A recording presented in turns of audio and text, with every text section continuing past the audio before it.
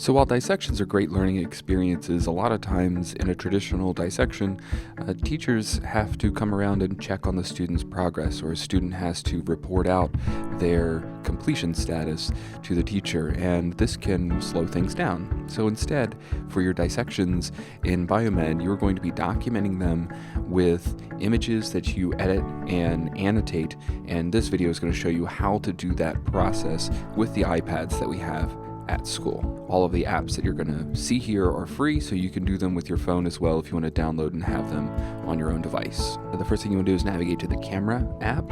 You can take photos inside of other apps, but the camera app is going to be the most reliable experience.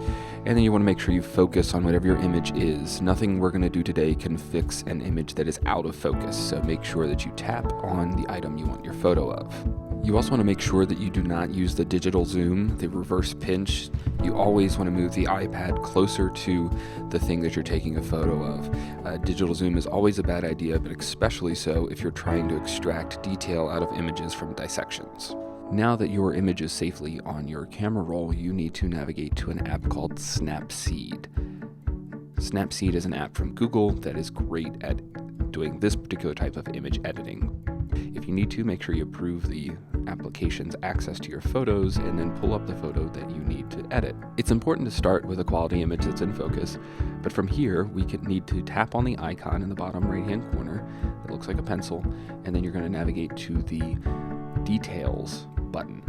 Snapseed has a bunch of really powerful tools, but interfacing with them is actually really easy. You swipe left or right to turn the effect up or down, and to change which tool you're working with, you just swipe up or down. The goal for this editing is to extract all the detail possible by turning the structure and the sharpening options up to +100. Once you have extracted all the detail that you need, you're going to save this image back to the camera roll. So use the save function in the upper right hand corner, and then we can overwrite the old image because we don't need that anymore. Now that we have an image that's full of detail, we need to annotate on top of that image.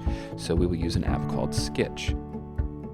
Inside of Skitch, we have access to our camera roll, and thus we have our Snapseed image, which we will open. Skitch's interface is also very simple. You have tools on the right-hand side that you can select, and then on the left-hand side, there are different colors and thicknesses that you can select as well. The default tool is the arrow, but you can also find a lot of use for the square tool, and then the type tool is also extremely helpful. So your image should be able to represent your knowledge of the dissection by being able to point to objects, by able to label them, and encapsulate them in other ways as well. Once you're done annotating your image, you need to save this back to the camera roll. And so this option doesn't give you the option to overwrite, it gives you a copy that is the annotated image. So if I go into the Photos app, I'll be able to see the annotated image right next to the image that is from Snapseed.